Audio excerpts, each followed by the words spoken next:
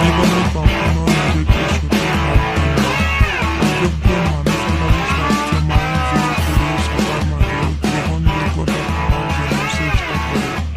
মুখের কথা দিয়ে নয়, বিশ্বাস করুন তার কাজ যদি ভালো হয় তাহলে তার মুখের কথাও ভালো। এই দুনিয়াতে শিক্ষিত মানুষের কোনো অভাব নেই, কিন্তু শিক্ষিত বিবেকের খুব অভাব। পৃথিবীতে যদি অপেক্ষা না থাকতো তবে বোধহয় পৃথিবীটা এত সুন্দর হতো না।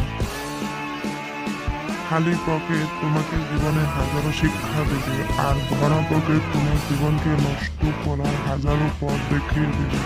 এটাই জীবনের বাস্তব ঘটনা।